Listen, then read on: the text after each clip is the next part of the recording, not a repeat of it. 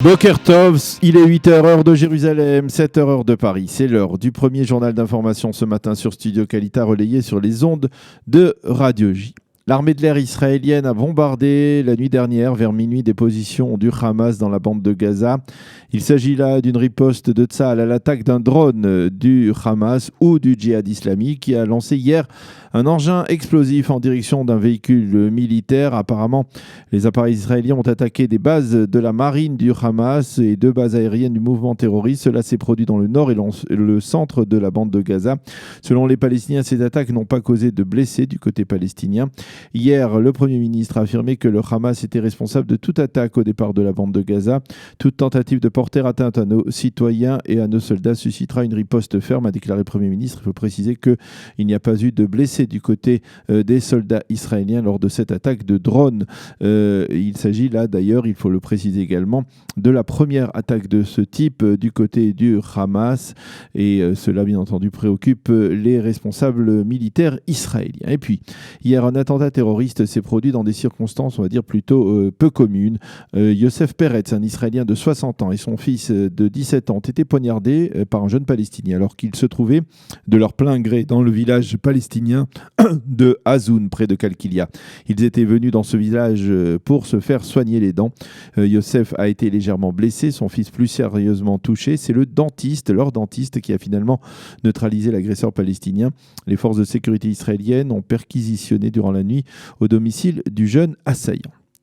La compagnie nationale d'électricité a indiqué au gouvernement israélien son intention de limiter désormais l'acheminement d'électricité en direction des Palestiniens et en particulier de la compagnie d'électricité palestinienne de l'Est de Jérusalem. Motif, cette compagnie doit plus d'1,7 milliard de shekels de dette à la compagnie nationale israélienne. En conséquence et conformément à une décision de la Cour suprême, la compagnie israélienne pourra dans 15 jours cesser de fournir l'électricité aux villages et aux villes palestinienne de son choix, et l'on a dit que les premiers touchés pourraient être les petits villages isolés de Judée et de Samarie. On estime que l'échelon politique israélien n'empêchera pas cette démarche, mais demandera tout de même à la compagnie israélienne d'agir avec tact afin d'éviter une escalade de la violence. Le gouvernement devrait voter aujourd'hui en Conseil des ministres en faveur d'un projet de loi visant à amender la loi sur les élections au Parlement israélien. Selon cet amendement, tout membre d'un comité de bureau de vote ou secrétaire de ce bureau aura le droit de filmer tout ce qui se passe à l'intérieur du bureau de vote. Le Likoud a l'intention de faire voter cet amendement à l'aide d'une procédure expéditive afin qu'elle puisse prendre effet pour les élections de mardi prochain.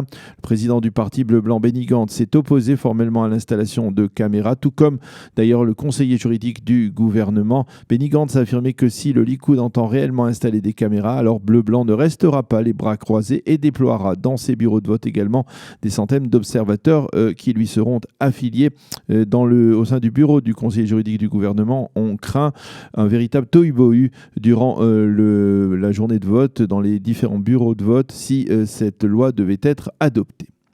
Ceci étant, plusieurs centaines de personnes militants pour la paix et proches du Premier ministre de l'ancien Premier ministre Yitzhak Rabin se sont rassemblés hier soir spontanément sur la place Rabin à Tel Aviv, à l'endroit précis où le Premier ministre a été assassiné le 4 novembre 1995. Était présent en particulier le président du Parti travailliste Amir Peretz. Pourquoi un tel rassemblement hier soir? Il s'agit là en fait d'une réponse à un post déposé durant le week-end par Yair Netanyahou, le fils du Premier ministre, dans lequel celui-ci affirme qu'Yitzhak Rabin a tué des rescapés de la Shoah lorsqu'il a donné l'ordre en juin 1948 de tirer en direction de l'Altalena, le bateau de l'Irgun qui transportait des armes mais aussi des survivants des camps de la mort.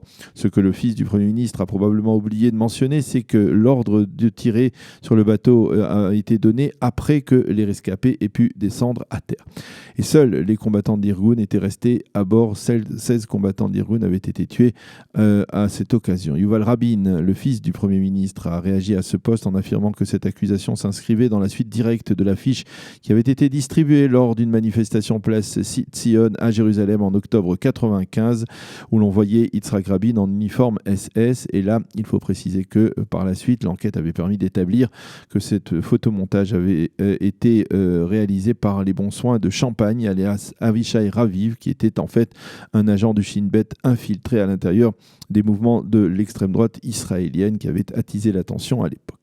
La météo pour terminer, le temps sera partiellement nuageux à clair. Il fera aujourd'hui 27 degrés à Jérusalem, 29 à Tel Aviv et 36 degrés à Eilat. C'est la fin de ce premier journal d'information.